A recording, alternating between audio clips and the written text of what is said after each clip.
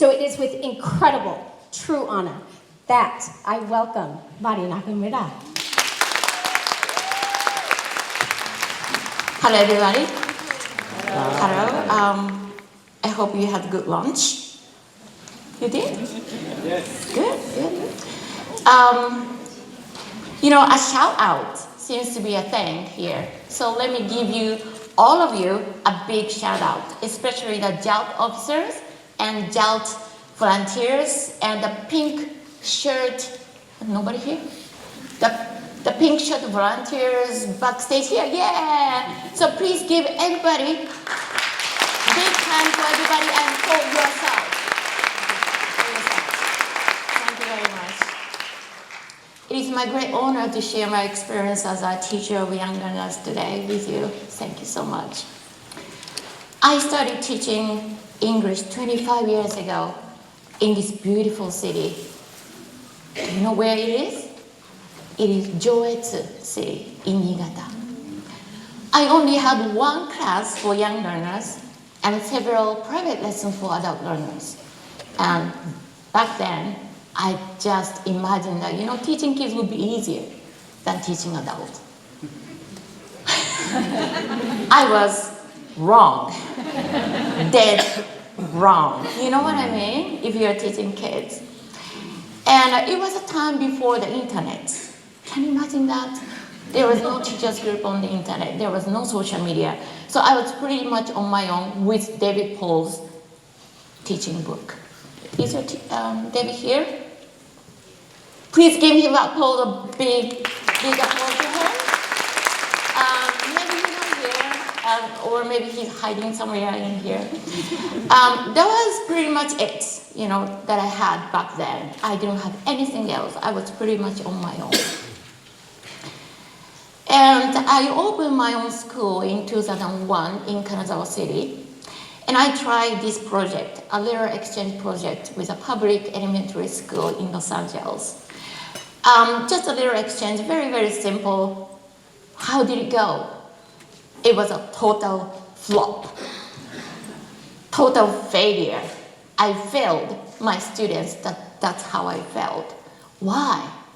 Because my students' reading and writing level was much lower than that of native speaking English learners in Los Angeles. And, at that time, I felt so bad. My teacher efficacy hit the bottom then. But what's good about hitting the bottom is that you can just go up from there. That's what I felt. So since then, I have attended numerous teachers' conferences, including JALT, of course. And eventually, I earned a master's degree in teaching young learners from Aston University. In 2010, I attended TESOL convention in Boston. I felt fully inspired and energized by attending the conference. And on the final day, I had a chance to talk with a school teacher in the US. I remember that she was from Texas. And naturally we talk about our teaching background, and I told her that my classes meet once a week for 1 hour. The moment I said it, her eyes popped wide open, and she said, "That's nothing." Did I feel defeated? Yeah, but only for a moment. Since then, I further improved my teaching by adding a strong literacy program while maintaining the length of the lessons around 60 minutes. And gradually, I started to witness my students enjoy English literature and expressing their thoughts in writing and engaging in active conversation by themselves. And actually, quite a few of them have, won and earned some prestigious awards. But I noticed something was missing. What was missing?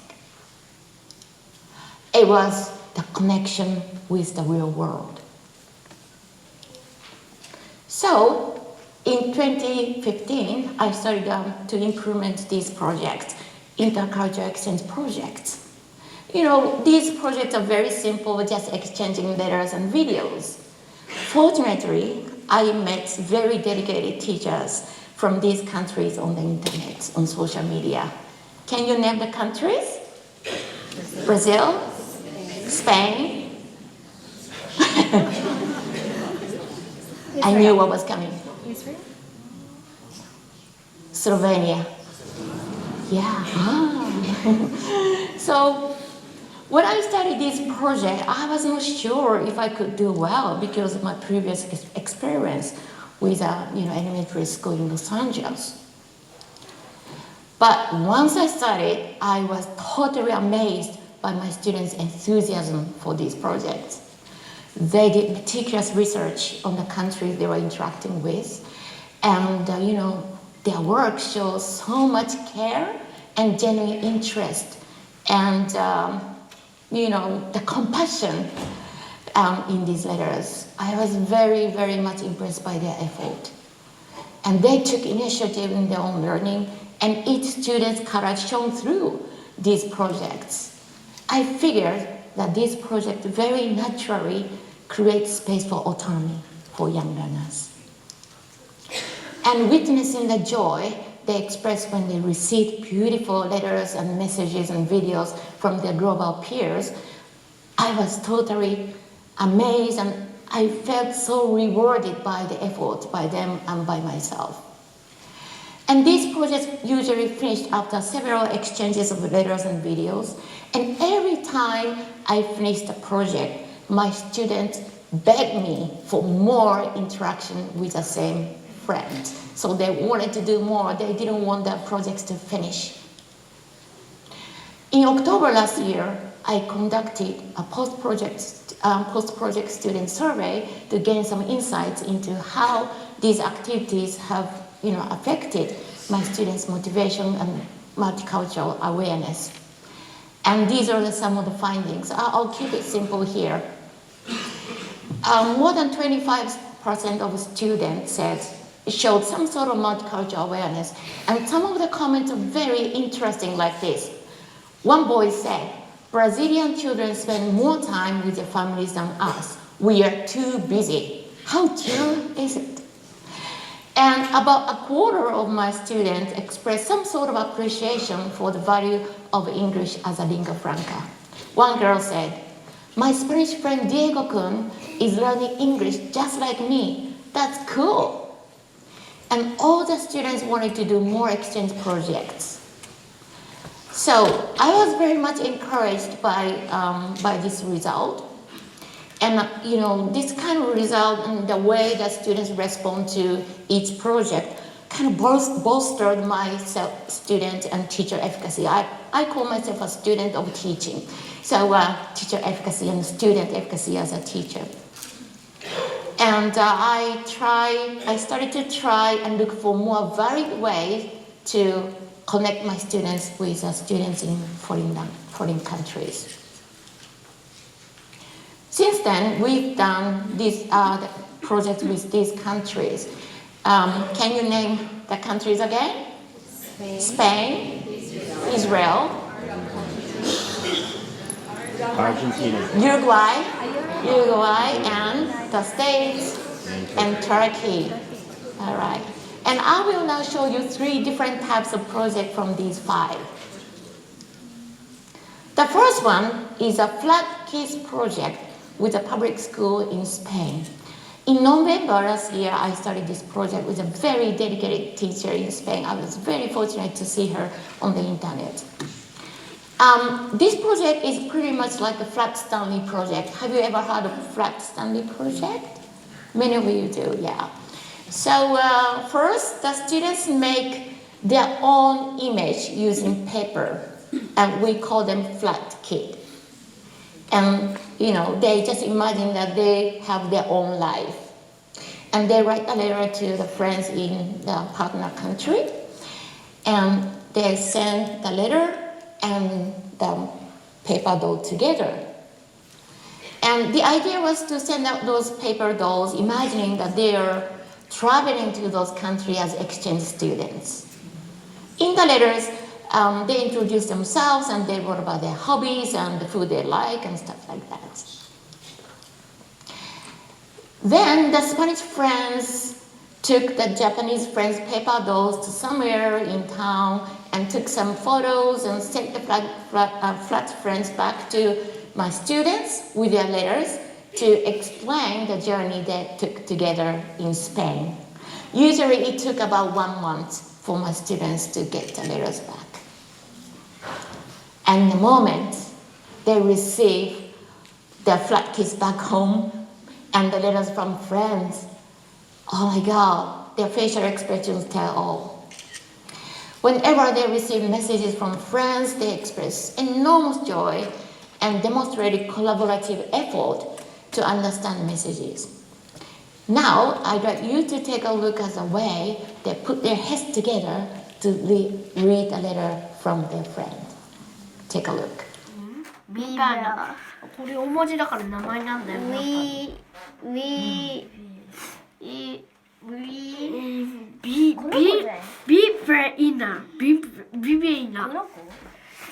赤ちゃんの方じゃない。ベイビー。That could be a baby. We and you go. We in my house playing with my brothers and toys. My friend Yuiko, I was great to do this project with your school. I can meet you all one day. Lots of hugs and kisses.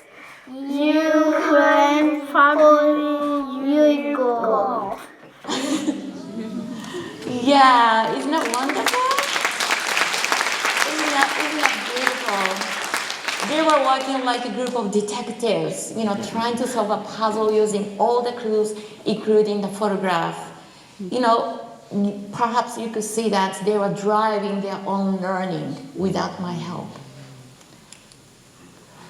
And in the same way, my students received the flat kiss and the letters from their friends in Spain.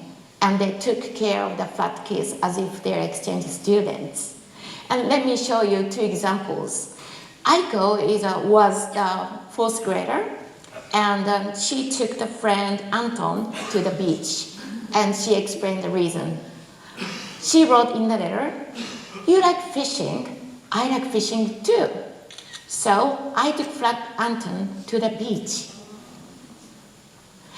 And you can see Issei came back to my class with a letter and the flat Nico, and he rushed into my classroom and he said, Mari sensei, I fed Nico-chan gold leaf ice cream because he likes ice cream.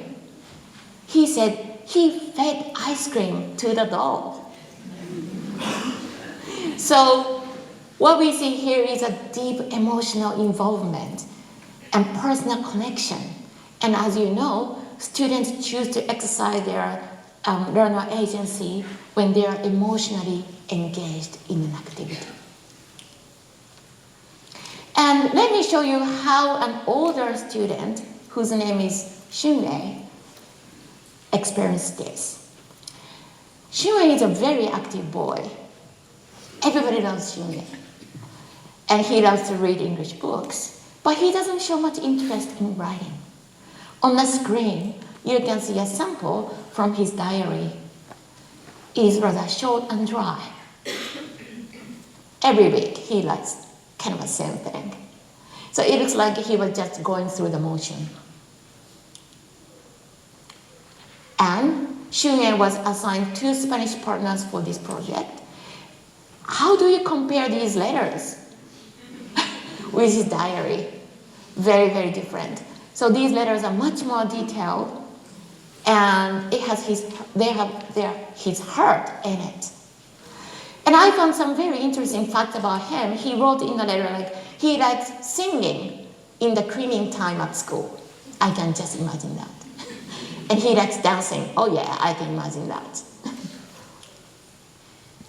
And he got 2 flat kids from Spain. One is Nuria, there is a girl. The other is Diego, there is a boy. And what you can see here is a letter covers that Shunrei created for these 2 friends. I was so surprised that he cared to use different colors for the letters, for boys and the girl. And he added the polka dots for the girl. And I asked him why. And he said, yeah, I just thought that she would love something kawaii. And here's the inside of the letter. Letter to the girl. He wrote, I went to 21st Century Museum with my father, mother, and you. It's because you like art. Yeah, she wrote that she liked art in her letter. You can see the little doll there. Fraternity in the picture. And here's a letter to Diego. He wrote, you play soccer. I play soccer too. What's your soccer position? And he took a picture with his soccer uniform. Can you see the little Diego standing on the uniform? Yeah, and the ball, his ball. So what we see here is his genuine thoughts for his friends, and initiative and conscientiousness. He really cared about his friends. I told him that I was very much impressed by his effort, and this is what he said. How can I let my friends down? That's what he said. Maybe he can let down me, but not his friends. To examine the student's sense of agency while working on this project, I conducted a post-project survey with 44 students. This questionnaire was designed referring to the indices presented in the Influence of Teaching on Students' Engagement, Mindset, and Agency report, published by the Achievement Gap Initiative at Harvard University. Oh, that is a mouthful. The key elements associated with learner agency are happiness, punctuality, conscientiousness, good conduct, help-seeking, satisfaction, and mastery orientation. And for each statement shown here, the students were given 3 choices to choose from: yes, no, and not sure. And the numbers on the right side show the number or the percentage of the students who responded with yes to the presented statements. Yeah, of course, I acknowledge that this is a really small-scale classroom research, and the kids are especially eager to please the teacher, so the results might be a little biased. But the result was overwhelmingly positive and matched with my classroom observation. So it kind of gave me the sense of reassurance. And in the survey, I asked the students what sort of project they wanted to do, and some of them showed interest in online activities. So I started an online intercultural exchange project with my teenage students a year ago. Now I have to give a big shout out to Chiyuki there. Thank you very much for introducing the teacher Howard Jones to me. Howard is a teacher at art school in Israel. So we did an interaction. We did an exchange project online. It was the first time for me. I'm not sure if it was going well or not, but anyway, I thought, okay, I'll give it a try. So at first, my students and the students in Israel exchange the project using exchange the messages through the text on the blog, which Howard Jones made for us. And it lasted about 1 month, and then all the students on both sides read a short story written by an Israeli author.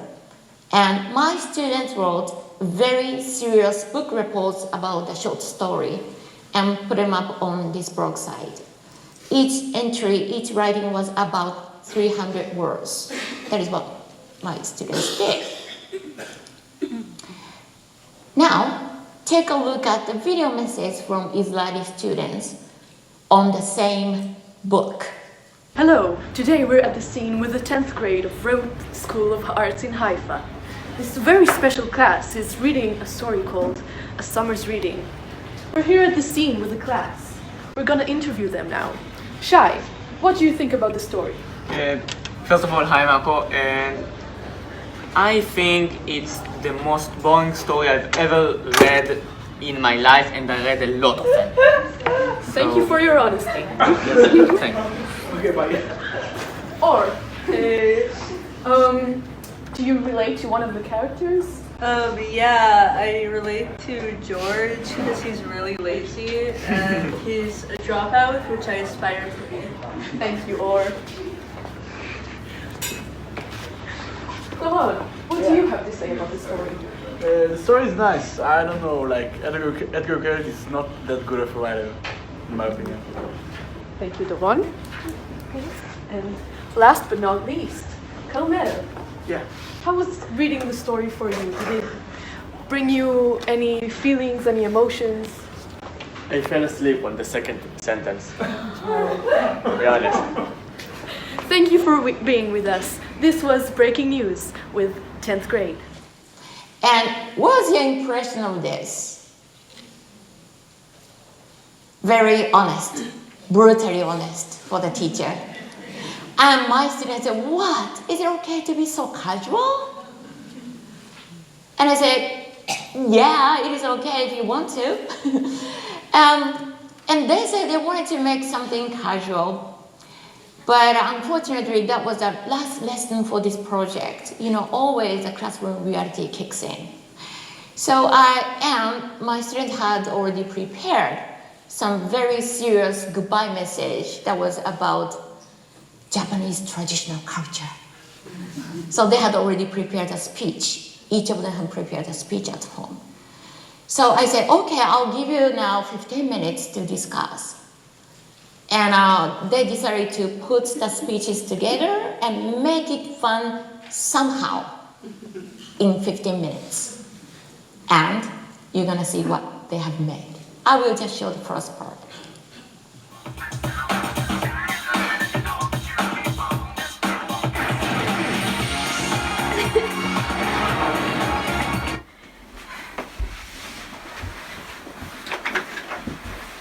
Hi, I'm Ryosei. I introduce miso. This is Japanese traditional seasoning, and this has a salty taste. Can you guess what miso is made from? Actually, this is made from soybean. So we call miso soybean paste in English. And miso is used for a lot of dishes. And the most famous one is miso soup. It just melts miso in boiled water and put some ingredients in it. And it's very easy to make, and it's so delicious, so almost all of Japanese eat it every day. Yeah, it was kind of messy. It was kind of messy. I knew that it was going to be messy, but it was the best effort they could make to feel the connection with the Israeli friends. I think it was worth doing, trying. And at the end of the project, I asked the students to write reflective comments regarding language use, cultural awareness, and the online communication. And the amount of the content of the feedback showed their enthusiasm for this project. Here are some examples from their comments. The first one, I really like the way our Israeli friends communicated in such a relaxed manner. I wanted to be like them. By the way, I want to make miso soup with them one day. That miso boy. You know, his father has a company and his dream is to, inherit the business and, make the company global. That's why he's studying English so hard. That's really true. The second comment, to be honest, I had this image of Israel being a bit scary and always at war. But our friends were very friendly and funny. I shouldn't trust what the media say all the time. So if you will, you can start, a media literacy project with this comment. The final comment here, compared to interacting through actual letters, we could communicate much more often with our friends using online platform. I felt like I was actually chatting with my friend face to face. So, having confirmed that students can gain so much knowledge and experiences through online projects, I decided to try it out with my younger students. This spring, I registered my school at iEarn. iEarn is an international educational resource network. And that is an NGO that promotes online collaboration across cultures. More than 30 schools from 140 countries are registered on the site.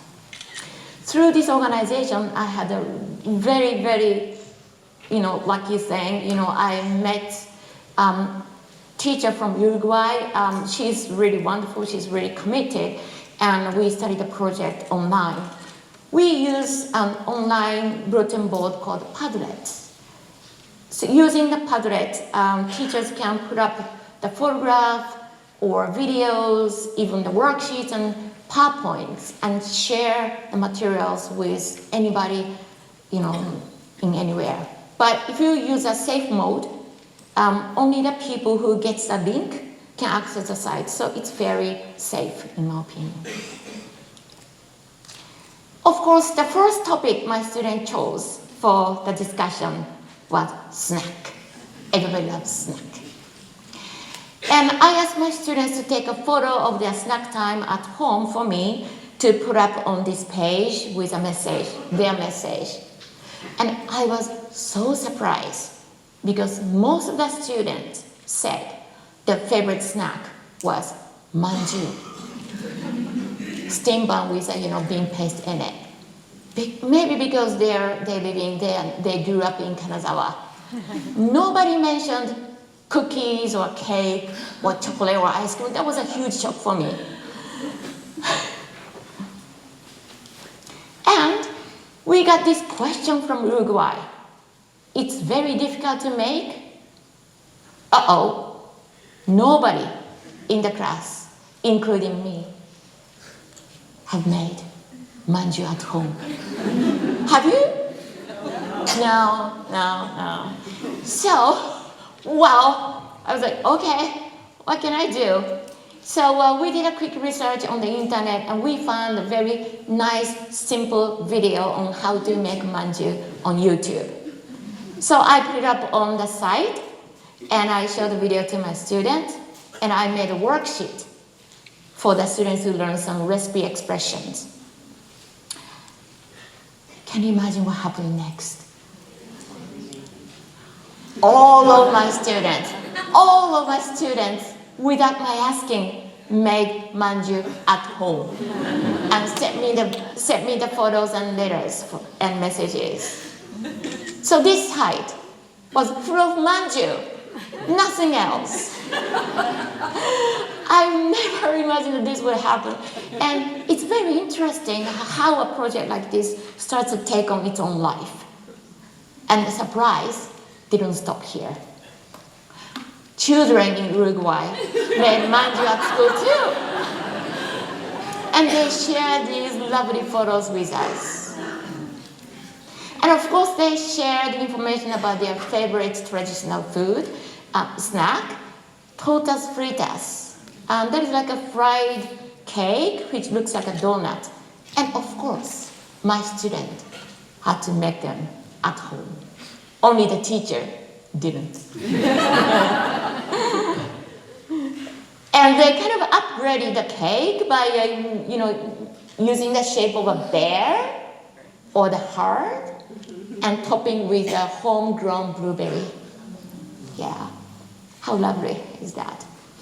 And this project is still going on very strong, and we've exchanged videos and class book, actual paper class books, and PowerPoint presentation by now. And at one point, the Embassy of Uruguay visited the school to observe the project. Wow. So, as you have seen, the driving force of this kind of project is curiosity, desire for connection, and agentic behaviors of the students. And as a teacher, I'm constantly challenged to make moment-to-moment decisions. And in addition, the teachers across the border and I keep in good contact because they have their own curriculum, needs, and goals. So we are together, we are kind of improvising and try to create something meaningful and wonderful for all of us. Sometimes we make great things happen, and at other times things doesn't things don't work very well. But through all these experiences, we, as a collaborative team, developed the skills and mindsets that we need to be global citizens. Now, some of you must be wondering if it's possible to implement intercultural exchange projects within the Education Ministry school system. Yes, it is. Actually, quite a lot of teachers have been doing that. And I had the fortune to interview some of them in the past several months, and I'm going to share with you 3 cases. The first case is Yokosuka Gakuin Shogakko, Yokosuka Gakuin Elementary School in Kanagawa. They have this core principle of English education at school, to nurture globally minded and confident students who will continue on a lifelong journey with English. And they have 3-hour English instruction time per week in all grades. And they have very strong literacy program, and they actively use ICT. And what emerged from the interview with the wonderful teacher here, Miss Abe Shino, is that passion for global education at this school is shared by all the teachers and principals and everybody at this school. And they work towards the same goal, helping each other and supporting each other. I think that is a key to success at this school. And here is one of the projects they have done so far. That is a teddy bear project, travel teddy project. And this project is organized by IEARN that I mentioned before. This is pretty much like a flat keys or flat Stanley. They exchange teddy bears as exchange students, and take photos and write journals, and they exchange the information through the online platform. They have done this project with several countries, including Australia, India, and Germany. And grade 5 and 6 students work on the Flat Stanley project. They have done this project with more than 20 countries. Amazing, isn't it? And the next case is an ongoing effort at Kanazawa's public schools, public elementary schools. English education has been done at in my city since 2006 as a special deregulated area for English education. Their intercultural exchange projects have been coordinated by Professor Shimizu Kazuhisa at Kanazawa Seido University. And I've done an interview with him, and I figure that he has been providing lots of support, continuing support to the school teachers, for example, like meeting, workshops, and casual, meetup. And I believe that is a key for them to keep on going with the project. And almost all the costs have been covered by Professor Shimizu's research grants. One of the projects they have done is Art Mile project. In this project, the students on both sides of the countries create one large mural. Students in one country make half of the mural. The students in the other country make the other half of the mural. And during the production stage, they interact a lot using ICT. And at the end, they create one large mural.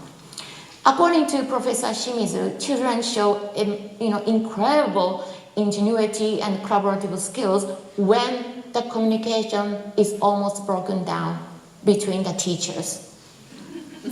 And those things happen. Everybody makes mistakes, right? So those things happen. And by seeing the students working so hard to help the teachers are encouraged and motivated and inspired. And that gives energy to the teachers. And they have been doing the teddy bear project. And this academic year, 4 public schools are doing this project with an elementary school in Taiwan. And I was so amazed at the drive that Mr. Shimizu had for this project. So I asked him, where does the passion come from? And he said this: children who have engaged in projects like this will not think of starting a war with a country they have formed a personal connection to. Powerful, isn't it? Yeah. A big applause to him. And the final case is the project that has been done at Municipal Hikusato High School in Nagoya. Hey, Nagoya people, you should be proud of this school and a teacher who has been managing this project. So Ms. Nishio Arata has been conducting the online discussion project in the last several years.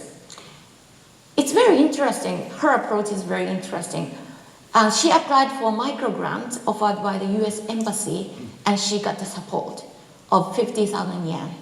And she used a fund to set up the Wi-Fi connection and to purchase the ICT equipment to do this project.